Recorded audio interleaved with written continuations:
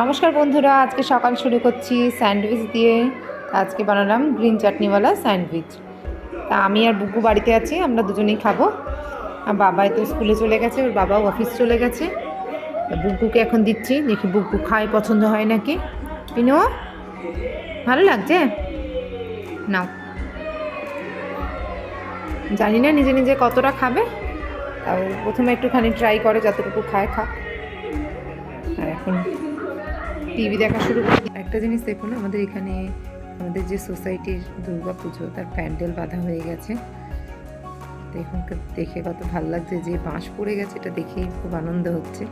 আর তার সামনে সোসাইটির সামনেও আর একটা পুজো হয় সেক্টর 1-এ, সেটা তো বেশ ভালো বড় সড়ো প্যান্ডেল হয়েছে। এটাও হচ্ছে আস্তে আস্তে ধীরে ধীরে, এবার আরও ভালো হবে।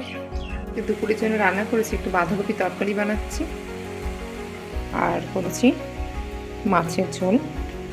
এইটা দিয়ে দুপুরটা হয়ে যাবে। আবার রাতে কি রান্না করবো দেখি। দুপুর হয়ে গেছে, আমরা খেয়ে দিয়ে বেরিয়ে পড়েছি। বাবা স্কুলে আনতে, ওর স্কুলে আনতে যাওয়ার টাইম হয়ে গেছে। আমরা অটো করে যাবো, একটুখানি রাস্তা, কিন্তু যেহেতু বৃষ্টির সময় ধীরে ধীরে চলো, ধীরে ধীরে গেছি। ওর বাসও এসে গেছে, বুকু লাঠি বেজে দুজনেই এসে গেছে। আমাদের সামনে যে প্যান্ডেলটা হচ্ছিল, দুজনে সেখানে যাচ্ছে।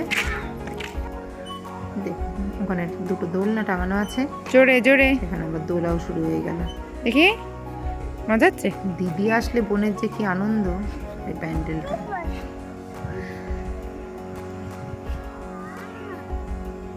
এই যে কাজ চলছে এখনো, দিদি মিস্ত্রি করছে। দেখো, আমরা এসে গেছি আমাদের সামনে গোল চকে। ওদের দুজনকে নিয়ে একটু খেলাতে এসেছি, কিন্তু আজকে বৃষ্টি হয়েছে বলে কোনো বাচ্চাই আসেনি।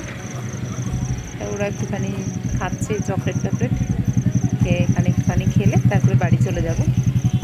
এই জায়গাটা খুব সুন্দর, দেখাচ্ছি দাঁড়া।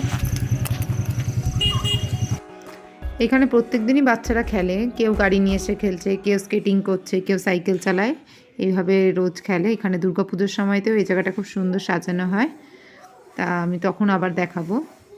তা আজকে এই ব্লগটা এই পর্যন্তই। ভালো লাগলে লাইক, শেয়ার, সাবস্ক্রাইব করবেন। নমস্কার।